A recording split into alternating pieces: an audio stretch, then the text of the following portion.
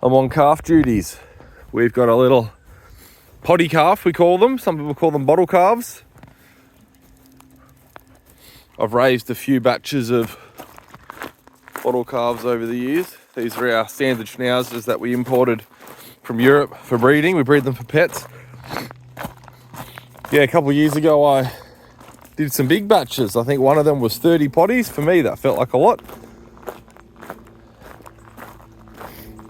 We're just buying them cheap. They were $50 each and growing them out for some grass-fed meat, but we haven't done that for a little while. This is a milk bar feeder.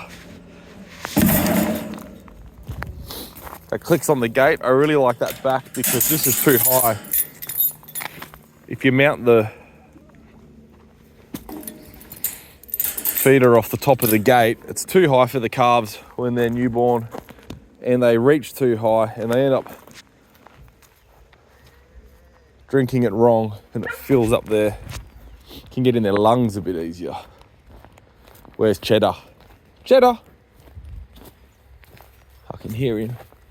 Her rather. Oop, she's gone around the back of the shed.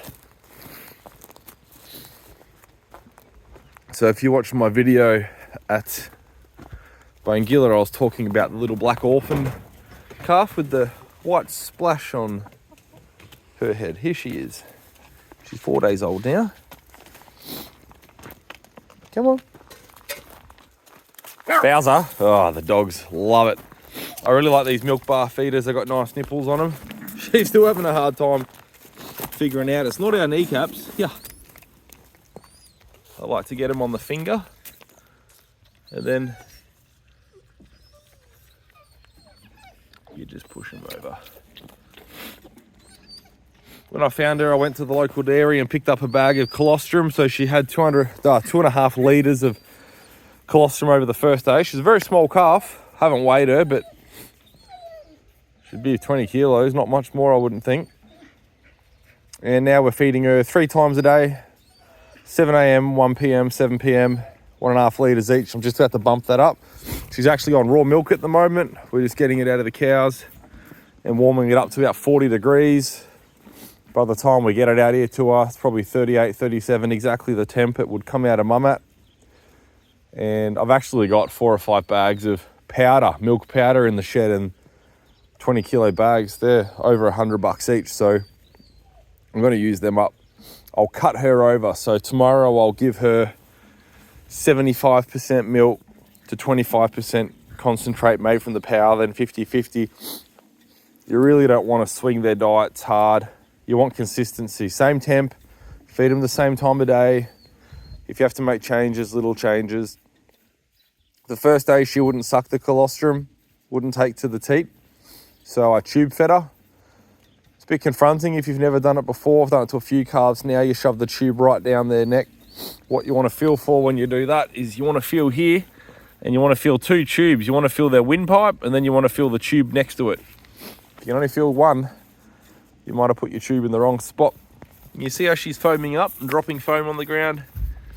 Means she's got a good sucking action and there's good resistance. You don't want them to be able to pinch their mouth on it. That's what's great about these milk bar feeders. The teat action, they can't just bite down on it and drain it. They've got to suck each time and bring in the volume of milk that's been trapped in that nipple. They have to work at it. So it means they can't get it in too quick. It's what we like to see, a happy little tail. Yeah, she's happy. Little heifer calf. She's an Nguni Jersey first cross. She'll sleep in here overnight. Bit of bedding. We'll bring in more bedding in over the next week and building that up nice and thick, nice and deep for her. And we'll eventually, there's Mrs. Welke doing some weeding and setting up a bit of a garden bed down there. She's got potatoes have just sprouted and she's just planted pumpkins. She'll have tomatoes and other things. She's already bought the seedlings in these beds here. This is a sort of reasonably arid part of the farm. This is where I've been doing some firewood, log splitting and what have you. But there's a little part of the valley here where it dips in, where it gets all the water runoff from the house yard when it rains, and also the irrigation spills down there. And I'm thinking I might put a little food forest in there. a heap of fruit trees scattered throughout, and some perennial plants. Something to get the boys interested in. We'll probably kick off with a heap of deep bedding, get a heap of wood chips on the ground for ground cover, and a bit of fertility kickstarting. Anyway, I thought I'd just jump on and show you the bottle calf. We'll get her on pellets soon. I know it's a dirty word, feeding pellets, but I've tried doing bottle calves without a sort of grain supplement. And what I actually did was I upped the milk. So when you would normally wean them, what is it? It's been a while since I've done it. Maybe it's that 8-week mark or something, 6 or 8 weeks. When you would normally wean them, I actually upped the milk and fed them twice as long, which cost me a fortune because the milk powder is so expensive, and it was no good. Like, the calves did fine. They were healthy. They drank the milk for twice as long, then they went out to pasture, and they just stalled. They didn't grow for a long time. They're on good pasture, rich pasture. The reality is that having them on the milk for, you know, a sort of synthetic, I guess it's reconstituted milk for 3.5 months, whatever it was, is no substitute for being on mum's teat for 7 months plus. And with some of the things in the mueslis and the grains, they just need that ME.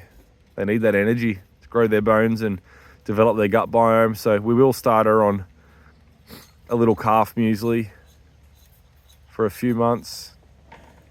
And then once she's developed, because she's an orphan, she needs some extra help that, you know, she doesn't have the same opportunities as a calf that's got a mum looking after it, milk on tap whenever it wants it throughout the night, copping mum eating, getting inoculated by mum's feces sliding down the back of her teats, and, you know, getting a little bit of that bacteria and gut biome kick-started in the gut.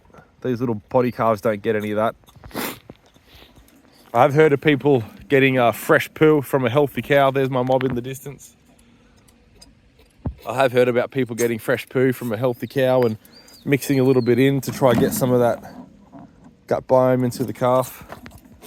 But like I said, we'll put a few bag of pellets through her and just get her up, and then she'll be out in the mob and you'll be grass-fed every day after that. Every day. Well, she just had 1.8 litres. I just upped her a little bit. She's been on 1.5 thrice daily.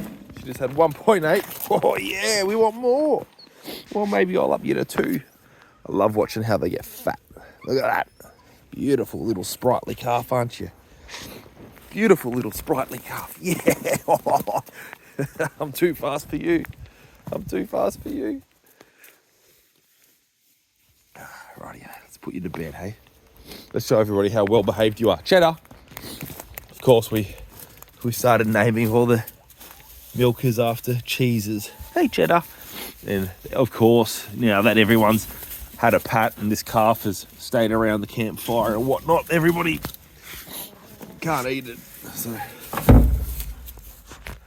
probably end up being a house cow in a couple of years. Rightio, good girl. Probably don't even need to lock that. Just keeps her out of the wind. We're not worried about predation. There's no real issues here, but just keep her out of the wind, keep her dry. Hey, creature comforts. Better lock these jooks up too. Good night.